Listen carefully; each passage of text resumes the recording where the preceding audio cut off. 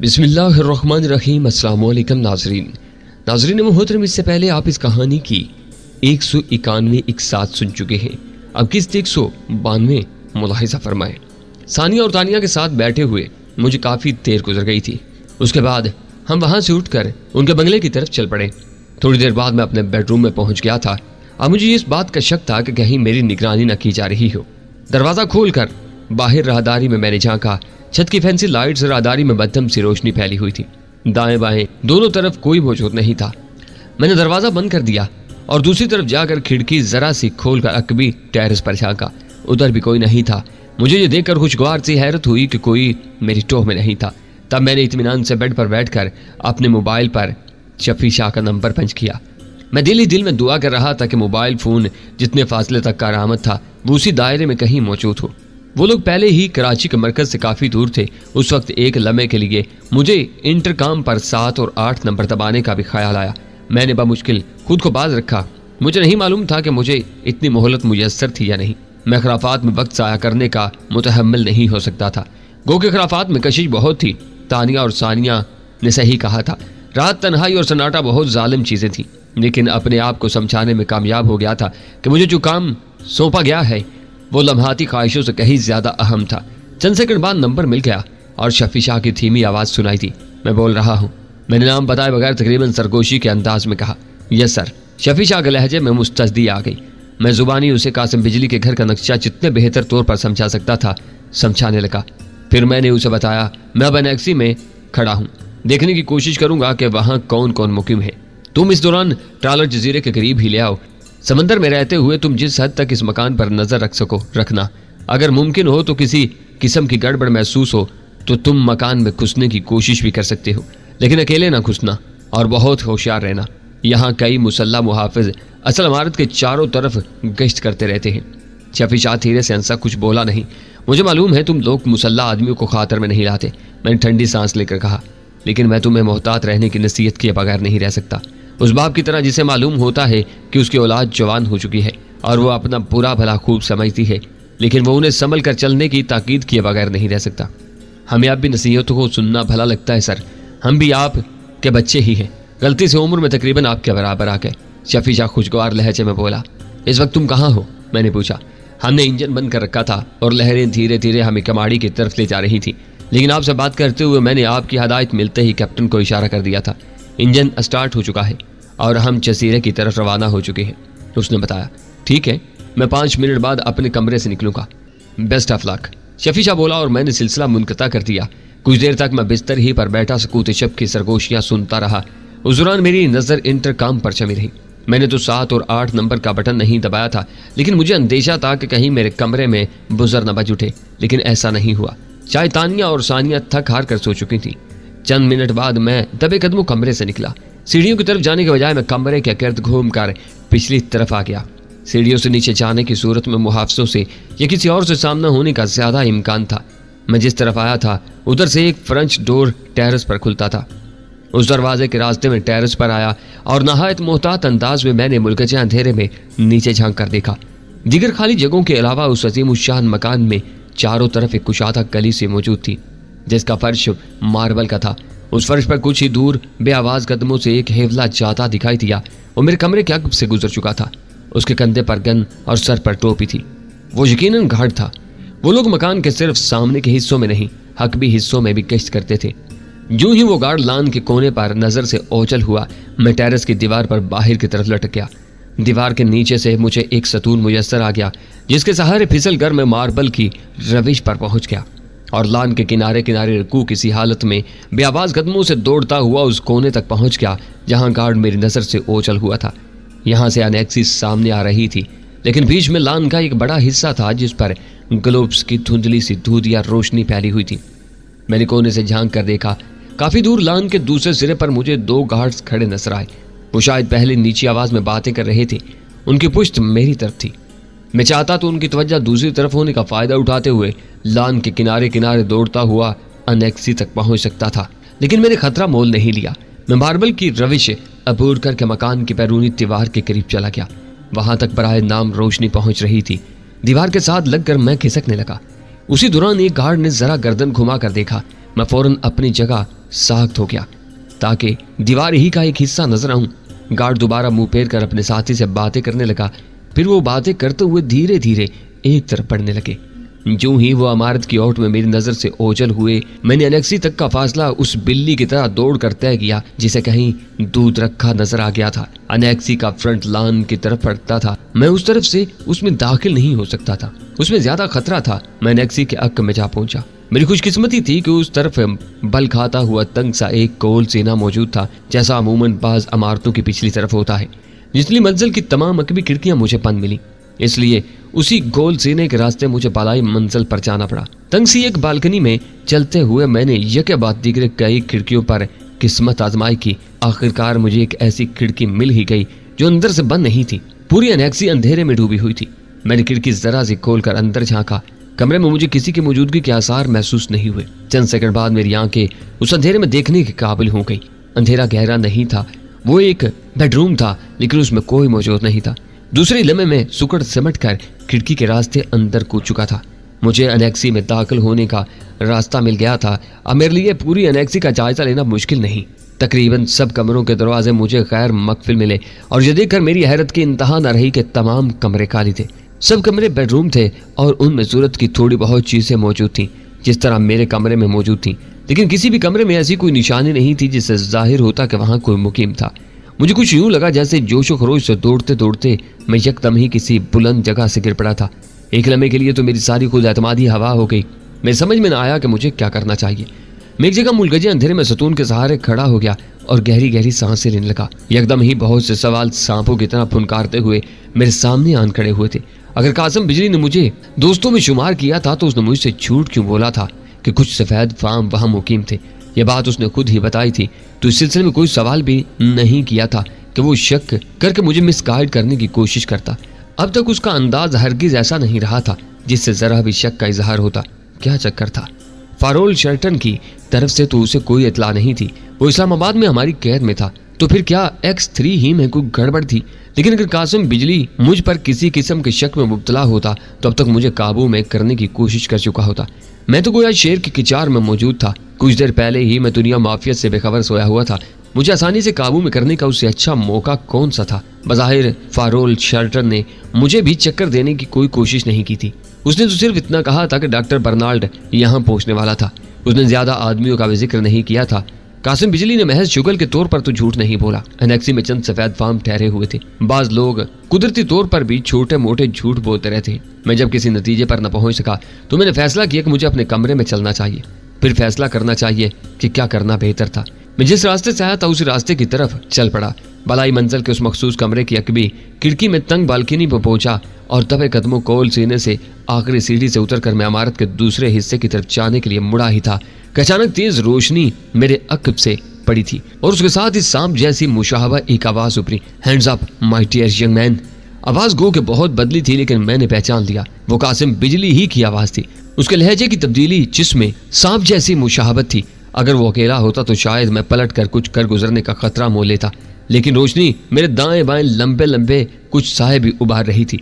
मुझे खबरदार कर दिया गया था कि मेरे अक्ब में कासिम बिजली आ खड़ा हुआ था। जिस तरफ वो खड़ा था उस तरफ की दीवार के साथ लोग छुपे हुए थे और बड़ी मशाकी और फुर्ती से दीवार से निकलकर उन्होंने मुझे कवर किया था। मैं आहिस्तगी से घूमने लगा तो कासिम बिजली की पुचकारती उस जहरीली आवाज सुनाई दी, नहीं बरखुद्दार, जहां हो वहीं उसी हालत में साख्त रहो, पत्थर के बुत की तरह, वरना चीथड़े उड़ जाएंगे। मैंने उसके हुक्म की तामील करने में आफियत चाहनी। वैसे भी झटका शदीद था। मुझे उसे संभलने, कुछ सोचने, समझने और हालात का जायजा लेने के लिए चंद सेकंड दरकार थे।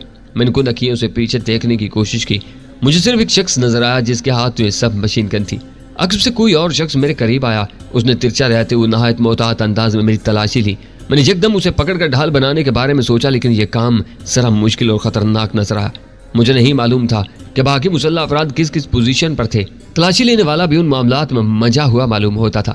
उसे यकीनन पहले ही अंदेशा था कि उसे ढाल बनाने की कोशिश की जा सकती थी। वो बिदके से अंदाज में जरा फासला रखते हुए तलाशी ले रहा था। मैं अभी तक सही तौर पर उसकी शक्ल नहीं देख सका था। उसने बावाज बुलंद कासिम बिजली को इतला दी, इसके पास कुछ नहीं है सर। फिर तो मानना पड़ेगा कि ये एक दलेर आदमी है। कासिम बिजली ने अपने साथियों को मुखातिब किया, खाली हाथ शेर की खिचार में घुसना हर एक का काम नहीं है। जैसा सुना था वैसा ही पाया। उस जुमले पर मैं चौंक के बगैर न रह सका। उसने मेरे बारे में यानी मिस्टर आरिफ के बारे में कहां से कुछ सुन लिया था। कासिम बिजली ने मुझे मुखातिब किया, अब तुम हमारी तरफ घूम सकते हो, लेकिन नहायत आहिस्तगी से और कोई चालाकी दिखाए बगैर। उसी में तुम्हारी भलाई है। हम फिलहाल तुम्हारी दलेरी और फुर्ती का कोई नमूना देखने के मूड में नहीं है। मैंने हाथ बदस्तूर बुलंद रखे और उसकी हदायत के मुताबिक दुरुस्तगी से घूमा। सूरत हाल देखकर मैंने दिल ही दिल में खुदा का शुक्र अदा किया कि मैंने बगैर सोचे समझे कोई कदम नहीं उठाया था। उस नतीजे में मेरा जिस्म छलनी होने के इम्कानात काफी रोशन थे। कासिम बिजली के दाएं बाएं 4 आदमी फायरिंग स्क्वाड के से अंदाज में सब मशीन गन्ने संभाले ट्रैगर पर उंगलियां रखे यूं खड़े थे गोया किसी भी लम्हे उन्हें मुझ पर शूट करने का सिग्नल मिलने वाला हो। लेकिन उनके चेहरे उस वक्त सपाट और तासरात से हर तरह के हालात से आ रही थे जिस तरह अमूमन फायरिंग स्क्वाड के होते हैं। उन चेहरों पर तो उस तरह खशूनत और खुनखारी थी जैसे उनके मुझ से कोई बहुत पुरानी और जाती दुश्मनी चली आ रही हो। एक शख्स ताकतवर सर्च लाइट संभाले खड़ा था जिसकी रोशनी आंखें चुंधिया रही थी। छठा शख्स वो था जिसने मेरी तलाशी ली थी। वो सबसे जरा हटकर एक अलग ही जाविये से मुझे कवर रखने के लिए खड़ा था। उनके अलावा खुद कासिम बिजली भी था जो एक ओजी संभाले टांगे चौड़ी किए यूं उनके दरमियान फर्श पर जमा खड़ा था जैसे किसी नादीदा तूफान के सामने दीवार बनने की कोशिश कर रहा हो। उस वक्त वो बहुत मुख्तलिफ किस्म का कासिम बिजली नजर आ रहा था। जब से मेरी उससे मुलाकात हुई थी मैं पहली बार उसे तारीक चश्मे के बगैर देख रहा था। उस वक्त उसकी आंखें बिलाशुबा शैतान की आंखें दिखाई दे रही थी। वो बड़ी उम्र का शख्स था लेकिन उसकी आंखों में बला की चमक थी, मगर यह सेहतमंदाना चमक नहीं थी। उस चमक की वजह से ही उसकी आंखें ज्यादा शैतानी नजर आ रही थी। उसके अलावा उस तासुर में कुछ दखल नाकों की साख्त का भी था। उसके साथ जो अफराद थे उन्हें मैं दिन में गार्ड के तौर पर मकान के इर्द गिर्द घूमते देख चुका था, लेकिन उस वक्त उनके तासरात जितने बदले हुए थे उनकी वजह से उनकी शक्लें भी कुछ मुख्तलिफ दिखाई दे रही थी। वो पहले से कहीं ज्यादा मुस्तद भी नजर आ रहे थे। वो सब कुछ उस तरह मुझे कवर किए खड़े थे जैसे उनके सामने एक फर्द नहीं पूरी बटालियन मौजूद हो। तुम्हें किसकी तलाश थी अफसल चौधरी? कासिम बिजली ने बड़ी मुलायमत से पूछा। ये मेरे लिए एक नया झटका था कि वो मुझे पहचानता था। उसने वाकई मेरे पैरों तले से जमीन खींचने का पूरा बंदोबस्त कर रखा था। ताहम मैंने बदहवास होने के बजाय मासूमियत का मुजाहिरा करने की पूरी कोशिश की। तुम्हें किसने बताया कि मेरा नाम अफसल चौधरी है? इस किस्म की बातें लोग आकर हमें नहीं बताते बरखुदार। वो धीमे लहजे लेकिन जहरीले अंदाज में बोला। हम खुद ऐसी बातों का इल्म रखते हैं। कारोबार की जालिम दुनिया में मेरे भी अनगिनत रोजो शब गुजरे हैं। मेरी चांद, अगर मैं इतना ही गधा होता तो इतना दौलतमंद न होता। एक मछेरे का बेटा होकर आज इस मकाम पर न होता जहाँ तुम मुझे देख रहे हो। मेरे बाप के पास सर छुपाने के लिए झोंपड़ी भी नहीं थी। मैंने एक टूटी फूटी कश्ती में जन्म लिया था। मछलियां जमा करके बेचने वाला ठेकेदार भी मेरे बाप को गुस्से में आकर लात रसीद कर देता था। आज मेरी एक टेलीफोन पर बड़े बड़े वजीर सफीर अपनी ख्वाबगाहें छोड़कर दौड़े चले आते हैं। मैं खामोश रहा। अगर वो अपनी अजीमुशान कामयाबियों पर रोशनी डालकर थोड़ी सी खुशी महसूस करना चाहता था तो उसे उसका मौका देने में कोई हर्ज नहीं था। मेरा ज़हन उस दौरान किसी और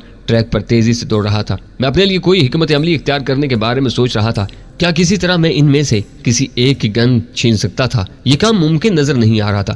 उनके पास खतरनाक गन्ने थी, उनकी तादाद 6 थी और किसी की नजर एक लम्हे के लिए मुझसे नहीं हट रही थी। कोई फैसला कुन कदम उठाने में मौत का पलड़ा भारी नजर आ रहा था। मैं साख्त रहा। कासिम बिजली एक लम्हे के तवक्कुफ से बोला। मैंने हर तरह का बिजनेस किया है। दुनिया के शायद ही कोई काम हो जो मैंने ना किया हो। शहर में 2 छोटे मोटे होटल मेरे भी हैं। मैं इतना बेखबर नहीं हूँ कि एक 5 स्टार होटल के मालिक और ठीक ठाक किस्म के बिजनेसमैन को ना पहचानूं। माना कि मेरे दोनों होटल तुम्हारे होटल के मुकाबले में कम तर हैं, लेकिन मेरे पास दूसरे ऐसे बहुत से असासे हैं जिनकी वजह से कारोबार की दुनिया में मेरी अहमियत तुमसे कहीं ज्यादा है। तुम कराची में रहते भी बहुत कम हो, इसके बावजूद मैं तुम्हारे वजूद से कभी लाइल्म नहीं रहा। तुमने शायद कभी मुझे देखा भी ना हो, देखा हो तो शायद कभी मेरे बारे में जानने की कोशिश न की हो, लेकिन मैंने तुम्हें देखा हुआ भी था, तुम्हारे बारे में मालूमात भी रखी थी और तुम्हें याद भी रखा था। मैं एक बाखबर बिजनेसमैन हूँ डियर अफसल चौधरी। मेरे ख्याल में उसे जुटलाने की एक आध कोशिश और कर लेने में कोई हर्ज नहीं था। उसने ये एतराफ़ नहीं किया था कि उसे रड्डाट के किसी शख्स ने मेरे बारे में मुतल्ला किया था। अगर उसका ये दावा दुरुस्त था कि उसने खुद ही एक बिजनेसमैन की हैसियत से मुझे पहचान लिया था तो ये मेरी बदकिस्मती जरूर थी, लेकिन मेरे लिए उसमें जरा से ज्यादा इत्मीनान का पहलू भी था कि शायद अभी वो मेरी आमद के असल मकसद से आगाह नहीं था। मैंने ठहरे लहजे में कहा, तुम्हारी तकरीर बहुत अच्छी है, लेकिन मेरी समझ में नहीं आई। मेरा नाम अफसल चौधरी नहीं है और ना ही मैं किसी 5 स्टार होटल वगैरह का मालिक हूँ। होटलिंग मेरी लाइन ही नहीं है। मैं तो वो काम करता था जो तुम्हारे बिजनेस का भी एक बड़ा हिस्सा है, यानी इधर का माल उधर करना। शायद मेरी शक्ल में किसी अफजल चौधरी की शबाहत मौजूद हो, लेकिन मैं उससे नहीं जानता। कासिम बिजली नहायत आहिस्तगी से दफे में गर्दन हिलाई, लेकिन गन उसके हाथ में बदस्तूर साख थी। वो चट्टान की तरह अपनी जगह जमा खड़ा था। उसमें कोई शक नहीं था कि वो एक बारोब शख्सियत का मालिक और दबंग आदमी था। उसकी घनी मूंछों के नीचे खफीफ सी मुस्कुराहट नमूदार हुई। ना मेरे दोस्त ना, वो किसी हद तक मुशफकाना से लहजे में बोला, मेरे घर में पहले ही 2 हमशक्ल छुड़वा बहनें मौजूद हैं। अब मुझे 2 और हमशक्ल इंसानों की कहानी सुनाने की कोशिश ना करो। एक घर पे इतने ज्यादा इत्तफाकात का बोझ नहीं लाता करते। फर्ज करो मैं अफजल चौधरी भी हूँ, तो इससे क्या फर्क पड़ता है? तुम्हारी नजर में अहमियत तो सिर्फ उस हवाली की होनी चाहिए जिसके साथ मैं यहाँ आया हूँ। कोड वर्ड्स RX3 सुनने के बाद तो तुम्हें इस बात से कोई गर्ज ही नहीं होनी चाहिए कि मैं कौन हूँ। मैंने अपनी दानिश में दलील से काम लेने की कोशिश की, ऐसी बात नहीं है। उसने गोया मेरी गलतफहमी दूर की। इंसान की असल शख्सियत की अहमियत तो हर हाल में रहती है। हम नुक्ता शायद तुम्हें मालूम नहीं था कि RX3 के हवाले से आने वालों को अपनी असल शख्सियत छुपाने की जमानत नहीं रहती, खा वो जेल तोड़कर भाग कर आए हों। दूसरी तरफ ये कि उस कोड वर्ड्स के साथ आने वाले को चोरों की तरह इस वक्त मेरे घर में झांकने फिरने की जरूरत नहीं थी। उसे खा कोई भी काम होता, किसी की भी तलाश होती, वो सीधा मुझसे कह सकता था। उसने एक लम्हे के लिए खामोश होकर ठंडी सांस ली। डियर अफसर चौधरी, बात सिर्फ इतनी है कि बात नहीं बन रही।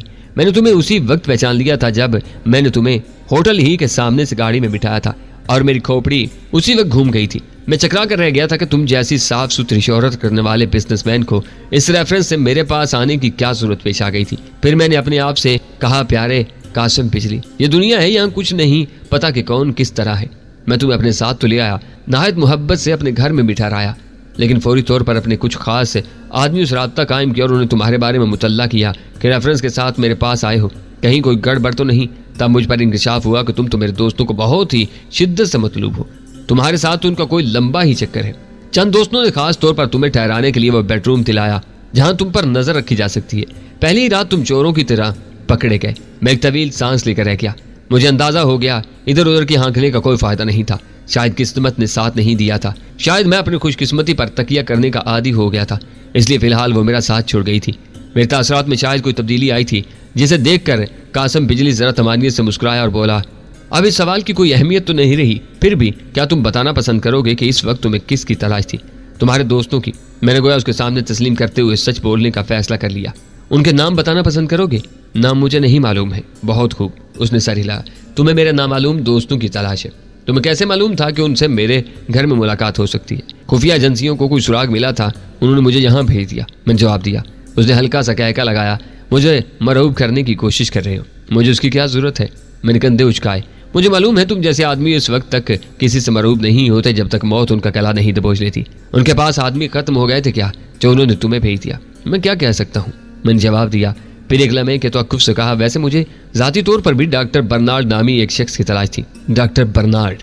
उसकी पहचानी पर शिकनी उभर आई। ये नाम कभी सुना नहीं और ना ही इस नाम के किसी आदमी का यहाँ आने का प्रोग्राम था। हो सकता है अभी तुम उसे जानते ना हो, यह भी मुमकिन है उसे किसी और नाम से जानते हो। मैंने ख्याल जाहिर किया, क्योंकि मुझे मालूम नहीं था वो सच बोल रहा था या महज बन रहा था। खैर ये कोई अहम बात नहीं है। वो बेपरवाही से बोला, इस बदवक्त को नहीं मालूम था कि मेरे लिए ये बात कितनी अहम थी। उसकी नज़र सिर्फ एक सानिये के लिए अपने साथियों की तरफ गई जो बुत बने खड़े थे। वो दोबारा मेरी तरफ मुतवज्जा होते हुए बोला, यहीं खड़े खड़े तुमसे बहुत सी बातें होगी, कुछ सच्ची कुछ झूठी, लेकिन ये कोई अच्छी बात नहीं कि हम यहीं खड़े बातें करते रहें। अब तुम पहले ही की तरह नहायत आहिस्तगी से घूम जाओ और उस तरफ मुंह कर दो जिस तरफ पहले था। उसका मतलब था कि उनकी तरफ मेरी पुश्त हो जाती। मैंने हत्तुल इम्कान पुरस्कून लहजे में कहा, तुम मुझे गोलियां मारना चाहते हो तो सीने पर मारो, मैं पीठ पर गोली खाना पसंद नहीं करता। उसने एक बार फिर हल्का सा कहका लगाया, किसी फिल्मी हीरो ही की तरह बचकाना बातें मत करो और ना ही मुहावरों के चक्कर में पड़ो। पीठ पर गोली खाने वाला हर आदमी बुज़दिल नहीं होता। कभी कभी बड़े बड़े सुरमाओं को पीठ पर गोली लग जाती है और कभी कभी बड़े बुज़दिल भी इत्तेफाक से सीने पर गोली खाकर मर जाते हैं। बहादुरी और बुज़दिली के इस पैमाने को सिर्फ मुहावरे की हद तक ही रहने दो। फिर एक लम्हे के तवक्कुफ से वो बोला, वैसे भी हमारा इस वक्त तुम्हें गोली मारने का इरादा नहीं, जब तक तुम मेरी हदायत की खिलाफ वर्जी न करो। तुम मुझे कहाँ ले जाना चाहते हो? ज्यादा दूर नहीं, कासिम बिजली ने जवाब दिया। मैं तुम्हें अपने चंद दोस्तों से मिलवाना चाहता हूँ। खुशगवार माहौल में कुछ बातचीत होगी, कश्ती की सैर होगी। वैसे भी तुमने कहा था कि तुम गल्फ की किसी रियासत की तरफ निकलना चाहते हो, शायद तुम्हें गल्फ की किसी रियासत की तरफ ही भेज दिया जाए। लेकिन मेरा प्रोग्राम अब बदल चुका है। मैंने मासूमियत से कहा, मैं अब मगरब की तरफ निकलना चाहता हूँ। कोई बात नहीं, हम तुम्हें मगरब, मशरिक, शुमाल, जनूब जिस तरफ चाहोगे भिजवा देंगे, लेकिन अब मजीद बकवास न करो, कहीं मेरा प्रोग्राम न बदल जाए और मैं सारी नसीहतें छोड़कर तुम्हें आलम बाला की तरफ भिजवाने का फैसला कर लूँ। वो कदरे नागवारी से बोला, मैं कासिम बिजली को बातों में लगाकर जितनी मोहलत हासिल कर सकता था कर चुका था, लेकिन उस दौरान मुझे कुछ कर गुजरने के लिए कोई लम्हा मुयस्सर नहीं आया था। उनमें से कोई एक लम्हे के लिए भी काफिल नहीं हुआ था। किसी ने कोई हमाकत नहीं की थी। ऐसे मौकों पर मैं किसी की तरफ से जरा सी गलत हरकत का मुंतजिर रहता था जो अमूमन मेरे लिए सूरत हाल को उलट देने का सबब बन जाती थी। लेकिन उस वक्त तो कुछ ऐसा मालूम होता था कि सबसे बड़ी हमाकत मुझसे ही सरजद हो चुकी थी। कोई और जरा सी भी गलती करने के लिए तैयार नहीं था जिससे मैं थोड़ा बहुत फायदा उठा सकता। शफी शाह अगर कहीं साहिल के आसपास मौजूद था तो न जाने उसे अंदाजा हो रहा था या नहीं कि मकान में कुछ गड़बड़ थी। महल नुमा मकानों का एक मसला ये भी होता है कि बाज़ औक़ात पड़ोसियों को भी पता नहीं चलता कि वहाँ क्या हो रहा है। किसी के हक में ये बात बहुत अच्छी होती है, किसी के हक में बहुत बुरी। मैं आहिस्तगी से घूम गया तो कासिम की आवाज़ सुनाई दी, अब आहिस्ता आहिस्ता कदम उठाते नाक की सीध में चल पड़ो। मैंने उसकी हदायत पर अमल करते हुए अभी एक कदम ही उठाया था कि मेरे हक में हल्की सी सरसराहट हुई। कोई मेरे करीब आ गया था। मेरी धड़कन जरा तेज होगी। न जाने वो क्या करना चाहता था। मेरे असाब तन के, लेकिन उसने सिर्फ मेरी कमर पर गन की नाल टिकाने पर इक्तिफा किया। चलते रहो, चलते रहो। कासिम बिजली की आवाज़ आई। मेरे तने हुए असाब न सिर्फ कुछ ढीले पड़ गए, बल्कि मेरे दिल में खुशी की एक नहायत खफीफ सी लहर भी तोड़ गई। मुझे उम्मीद की एक मध्यम सी किरण नजर आई थी। शायद यही वो हमाकत थी जिसका मुझे इंतजार था। उनके और मेरे दरमियान अगर थोड़ा सा फासला बरकरार रहता तो मेरे लिए ज्यादा खतरा था, लेकिन शायद उन सबको मुझसे जरा दूर रहते हुए कुछ इत्मीनान नहीं था। और कासिम बिजली ने अपने एक आदमी को मेरे ऐन करीब भेज दिया था। नफसियाती तौर पर उस तरह शायद इंसान ज्यादा इत्मीनान महसूस करता है कि उसकी गन की नाल उसके शिकार की पुष्ट पर टिकी हो। धीरे धीरे चलता हुआ मैं अनेक्सी के कोने तक पहुंच गया। मुझे अंदाजा था कि अब कासिम बिजली मुझे दाएं तरफ मुड़ने के लिए कहेगा। यही वो लम्हा था जब मैं जान का खतरा मोल लेते हुए थोड़ी बहुत उम्मीद के सहारे एक कोशिश कर सकता था। अगर मैं इंतहाई फुर्ती का मुजाहिरा करते हुए घूमकर उस शख्स से गन छीन सकता था जिसने नाल मेरी पुश्त पर टिकाई हुई थी, तो शायद मैं उस कोने की आड़ लेने में कामयाब हो जाता। ये कोना चंद लम्हे के लिए मेरा मोर्चा साबित हो सकता था और उस दौरान मैं भागने और किसी जगह से चार दीवारी फैलांगने की कोशिश कर सकता था। उस कोशिश में भी खतरात ही खतरात थे, लेकिन खतरात अब मेरे लिए वैसे भी कम नहीं थे। चुनाचे मैंने यह जुआ खेल डाला। मैं अचानक ही बैठ गया। उस किस्म की सूरत हाल के लिए ये एक बड़ा कारआमद दाव था। गन की नाल न सिर्फ मेरी कमर से हट गई, बल्कि मेरे पीछे आने वाला शख्स मेरे ऊपर गिरते गिरते बचा। उसकी वजह से दूसरे लोग फौरी तौर पर फायर न कर सके। मैं उसकी गन छीन कर और उसे बाकी लोगों की तरफ उछालते हुए कोने की आड़ में पहुंच चुका था। यह एक बहुत बड़ी कामयाबी थी, लेकिन मुझे उसका कोई फायदा न हो सका, क्योंकि मुझे मालूम नहीं था उस कोने की आड़ में पहले ही कुछ छुपा हुआ था। अकब से कोई ठोस चीज मेरी खोपड़ी पर लगी और मेरी आंखों के सामने नीले पीले सितारे नाच गए। दूसरे ही लम्हे सारा मंजर मेरी नजरों से गायब हो गया, सिर्फ तारीकी रह गई। उस तारीकी में बड़ी राहत थी। जब जहन पर दबाव हद से ज्यादा बढ़ जाए तो दुनिया और माफिया से बेखबर हो जाना ही गनीमत लगता है, लेकिन उसके लिए खोपड़ी पर हथौड़े न पड़े तो ये अमल ज्यादा राहत बख्श हो। जब मैं नामालूम मुद्दत तक गर्दोपेश से बेखबर रहने के बाद आगही की दुनिया में वापस आने लगा तो मुझे कुछ यूं लगा जैसे ये अमल किसी ठोस दीवार से सर टकराने के मुतरादिफ था। मेरे सर में कुछ ऐसी ही धमक हो रही थी। फिर रफ्ता रफ्ता ये धमक कम हुई और मैंने आंखें खोली तो अंदाजा हुआ कि मेरा सर किसी चीज से नहीं टकरा रहा था।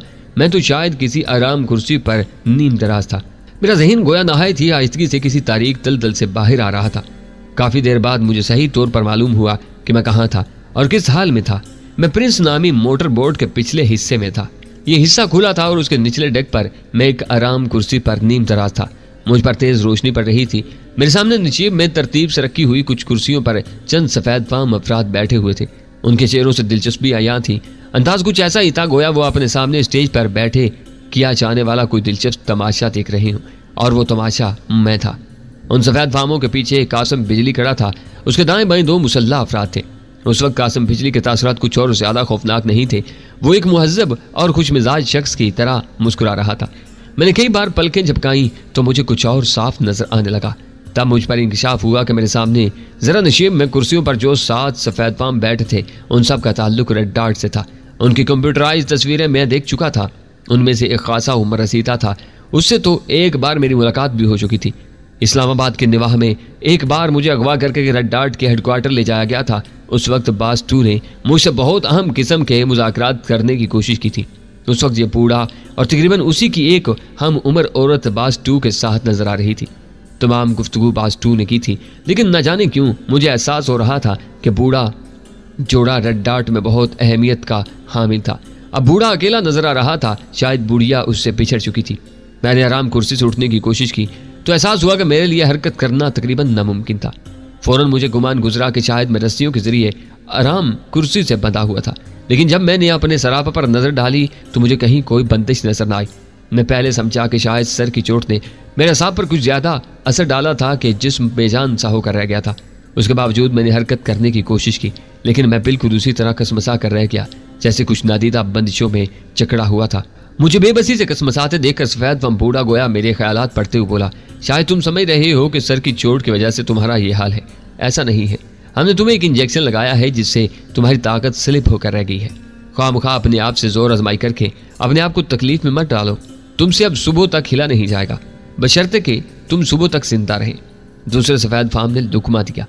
मेरी रूह पर एक लम्हे के लिए मायूसी ने डंक मारा, लेकिन मैंने फौरन ही उस तरफ से अपना जहन हटा लिया। जिंदगी और मौत का मसला जिसके इख्तियार में था वही उस सिलसिले में कुछ कर सकता था और मैं उसकी रजा में राजी था। बूढ़ा गोया किसी सोच से महजूज होते हुए बोला, कितनी अजीब बात है कि जब हम तुम्हें हलाक करना चाहते थे तो तुम बच कर निकल गए। हम तुम्हें ढूंढ ढूंढ कर थक गए। अब जबकि हमने तुम्हारा ख्याल छोड़ दिया था और बिस्तर बोरिया समेट कर जा रहे थे तो तुम खुद ब खुद हमारे पास चले आए, और वो भी ऐसी जगह जहां हम तुम्हारी आमद का तसव्वुर भी नहीं कर सकते थे। समझ में नहीं आ रहा इस हसीन इत्तेफाक को हम क्या नाम दें। मैंने कहना चाहा जो तुम्हारे लिए हसीन इत्तेफाक है वो मेरे लिए किस्मत की खराबी है। मैं ये बात कह न सका। मैंने बोलना चाहा तो एहसास हुआ कि मेरी जुबान में भी कुछ मोटी, भारी और मफलूज सी हो गई थी। मैं कोशिश करता तो शायद बोल सकता था, लेकिन न जाने कैसे आवाज़ निकलती, कैसा तलफ़्फ़ुज़ होता। मैंने बोलने का इरादा मुलतवी कर दिया और सांस रोक ली। मैं योगा की मशकों को काम में लाना चाहता था। उस वक्त इंजेक्शन के असर या सर की चोट की वजह से मेरी जो कैफियत थी उसे ठीक करने में योगा की मशकें मेरी थोड़ी बहुत मदद तो कर सकती थी। मैं देख रहा था कि डॉक्टर बर्नार्ड उन लोगों में मौजूद नहीं था। डॉक्टर बर्नार्ड का जो हुलिया मुझे बताया गया था वो ज़रा अलग ही किस्म का था और मेरे दिल पर नक्श था। मुझे उम्मीद थी कि वो 10-20 आदमियों में तो अलग ही नजर आता होगा। मैं उनसे पूछना भी नहीं चाहता था कि डॉक्टर बर्नार्ड कहाँ था। मैं उनसे सही जवाब मिलने की तवक्को तो रख ही नहीं सकता था। इस दौरान मुझे यह भी एहसास हुआ कि हम अभी बोट हाउस में ही मौजूद थे। कासिम बिजली खनकार का गला साफ करते हुए बूढ़े से मुखातिब हुआ, मिस्टर टी, मैंने एक कीमती तोहफा आपकी खिदमत में पेश कर दिया। अब मुझे इजाज़त दीजिए। इन चक्करों में पड़कर मैं तो एक लम्हे के लिए भी नहीं सो सका। अब आप इत्मीनान से ख्वाह एक हफ्ते तक सोते रहिए मिस्टर बिजली। आपने हमारे लिए जितना बड़ा काम कर दिया है उसका हम तसव्वुर भी नहीं कर सकते थे और आपको शायद इसकी अहमियत का अंदाज़ा ना हो। उमर रसीदा सफ़ेद फार्म बोला, हम जिंदगी भर आपके शुक्रगुजार रहेंगे और आपके इस ताउन का भी आपको माकूल सिला मिलेगा। मुझ पर आपकी नवाज़शात पहले ही क्या कम है। कासिम बिजली ने उसके सामने बाकायदा हाथ छोड़ दिए। उसकी बातें खिली जा रही थी। उमर रसीदा सफ़ेद फार्म ने हाथ मिलाकर गोया उसे जाने की इजाज़त दे दी और वह अपने मुसल्ला आदमियों के साथ बोट के अगले हिस्से की तरफ चल दिया। मेरी नज़रें उसके ताक़ुब में थीं। तब मैंने देखा कि बोट के दोनों पहलुओं के साथ रॉकेट लॉन्चर फिट थे, यानी उन्होंने बोट को किसी मुमकिन हमले से बचाने का भी बंदोबस्त कर रखा था। क्या उन रॉकेट लॉन्चर्स की मौजूदगी में शफीशा अपना ट्रालर बोट के करीब लाने की हमाकत कर सकता था? अगर वो बेखबरी और नादानिस्तगी में करीब आ भी जाता तो उसका अंजाम क्या हो सकता था? उन सवालों ने मेरी तशवीश बढ़ा दी। मुझे कासिम बिजली के मध्यम सी आवाज़ सुनाई दे रही थी। शायद वो जाते जाते बोट के कैप्टन अस्कर को कुछ हदायत दे रहा था। फिर मैंने चोबी पुल पर उनके भारी कदमों की आवाज़ें दूर जाते सुनी। तमाम सफ़ेद फार्म बदस्तूर नहायत इन्हिमाक से मेरी तरफ देख रहे थे। मालूम नहीं उन्हें एक शख्स को बेबसी से अपने सामने पड़ा देखने में क्या लुत्फ महसूस हो रहा था कि उनके चेहरों पर इस कदर दिलचस्पी के आसार थे। शायद उन्हें अपनी आंखों पर यकीन नहीं आ रहा था या फिर ये उनके किसी दरीना ख्वाब की ताबीर थी। मैं उनसे पूछना चाहता था कि वो मेरे साथ क्या सलूक करना चाहते थे, लेकिन अभी तक मैंने अपने आप को उस सवाल से भी बाज रखा था। यह भी मेरी जिंदगी का एक अजीब ही तजुर्बा था कि मैं बिल्कुल आज़ाद था। मेरे हाथ पांव कच्चे धागे से भी बंधे हुए नहीं थे, लेकिन मैं कुछ कर नहीं सकता था। अपने चेहरे पर भिनभिनाने वाले मच्छर भी नहीं हटा सकता था। ऐसी बेबसी मैंने कभी बंधे हुए हाथों के साथ भी महसूस नहीं की थी। हाथ पांव अगर बंधे होते थे तब भी ये एहसास तो रहता था कि मेरी जिस्मानी ताकत जो मुझे अपना सबसे बड़ा सरमाया महसूस होती थी मेरे साथ थी। ताकत मंशों में जकड़ी हो तब भी बाइसे इत्मीनान महसूस होती है, लेकिन फाले ज़दा जिस्म आज़ाद भी हो तो बोझ होता है। बहरहाल मेरी सांसों की मशक गैर मामूल तौर पर जारी थी और मैं अंदर ही अंदर अपनी हालत कुछ बेहतर महसूस कर रहा था। चलने में बाद बोट का इंजन स्टार्ट हुआ और वह हरकत में आ गई। बोट हाउस से निकलकर तारीकी में प्रिंस एक समत में रवाना होगी। मैं समंदर में दोनों तरफ जहां तक देख सकता था वहां तक मुझे कोई रोशनी मुतहरक नजर न आई। न जाने शफीशा कहाँ था। मैं उसी उम्मीद से दिल को संभाले हुए था कि शायद वो बत्तियां बुझाकर किसी सम से हमारे ताक़ुब में आ रहा था। मैं तो उस वक्त अच्छी खासी रोशनी में था। अगर वो कहीं दूर से दूरबीन के जरिए प्रिंस का जायजा लेता तो शायद किसी जाविये से मुझे भी देख लेता, लेकिन मुझे आराम कुर्सी पर नीम दराज देखकर शायद वो यही समझता कि मैं बड़े मजे में हूँ और किसी तफरीही सफर पर रवाना हो रहा हूँ। मालूम नहीं उसे हालात का अंदाजा था या नहीं, न जाने वो सफ़ेद फार्मों को देख पाया था या नहीं। मेरे जहन में उन सवालात की खिचड़ी पकती रही और बोट गहरे पानियों की तरफ बढ़ती रही। तमाम सफ़ेद फार्म बदस्तूर नहायत सब्र सुकून से बैठे मेरी तरफ देख रहे थे। मैं उनकी मुस्तकिल मिजाजी पर हैरान था। उनकी आंखों में अब भी यूं सुकून बरकरार था जैसे जल्द ही मैं उनकी तफरीह तबाह के लिए किसी और किरदार में तब्दील होने वाला था। आखिरकार मैं पूछे बगैर न रह सका, तुम लोग किस चीज का इंतजार कर रहे हो? मुझे खुद अपनी आवाज कहीं दूर से आती महसूस हुई। मेरी गोया जुबान खुश्क रुई की होकर रह गई थी और तालू से चिपकी जा रही थी। सफेद वाम बूढ़ा कुछ आगे झुकते हुए बोला, जरा जोर से, तुम्हारी आवाज नहीं सुनाई दे रही। मेरे दोबारा बोलने से पहले एक नौजवान सफेद वाम बोला, इबरत का मकाम है। सुना है ये शख्स जन्नाती सी ताकत का मालिक है। गोलियों के विछाड़ में बच निकल जाता था, 10-10 आदमियों पर काबू पा लेता था और उनके काबू में नहीं आता था। आज कैसा मुर्दा चूहे की तरह पड़ा है। लहजा तुरहम अमेज भी था और इस्तज़ाहिया भी। मैं कहना चाहता था कि इसमें भला उनकी कौन सी कमालात या बर्तरी हासिल थी। मकारी और धोखे से तो वो किसी रुस्तम ज़मां किस्म की शख्सियत को भी बेहोश करके उसे किसी दवा का इंजेक्शन लगाकर बेबस कर सकते थे, मफलूज बना सकते थे। बल्कि उसी पर क्या मौकूफ था, बेहोशी के दौरान तो वो उसे जरा से जहर का इंजेक्शन लगाकर बगैर किसी सहमत के दुनिया से ही रुखसत कर सकते थे। ये कोई कारनामा नहीं था जिससे खुश हो रहे थे वो। ताहम मैंने ये बात उनसे नहीं कही। उस वक्त मैं अपनी थोड़ी सी बेतवानाई ज्यादा खर्च नहीं करना चाहता था जो बोलने में सर्फ हुई थी। ताहम मैंने अपना सवाल अपनी दानिश में चीख कर दोहराया, तुम किस चीज का इंतजार कर रहे हो? मेरे साथ क्या करना चाहते हो? मेरी आवाज जरा बेहतर थी। बूढ़े ने तमानियत से सर हिलाया और कहा, हाँ अब तुम्हारी आवाज आसानी से हम तक पहुंच रही है। हम तुम्हारे बोलने का इंतजार कर रहे थे, अब तुमने बोलना शुरू कर दिया है। इसका मतलब है तुम्हारा जिस्म तो अब भी बेजान ही होगा, लेकिन तुम्हारी इस्यात कुछ काम करने लगी है। वो खामोश हो गया। शायद वो मुझसे किसी जवाब की तवक्को कर रहे थे, लेकिन मैं खामोश रहा। मैंने शायद पहले ही बोलकर गलती की थी। उन्हें सही अंदाजा नहीं होना चाहिए था कि किस वक्त मेरी क्या कैफियत थी। शायद उन्हें मुगालते में रखना ही मेरे हक में बेहतर था। सफेद फाम बूढ़ा मिस्टर डी ने सिलसिला कलाम जोड़ा, अगर तुम्हें हिस्सात कुछ काम करने लगी हैं तो हमें भी अपना काम शुरू कर लेना चाहिए। हम चाहते थे कि जो कुछ हम करें तुम उसकी तकलीफ महसूस करो।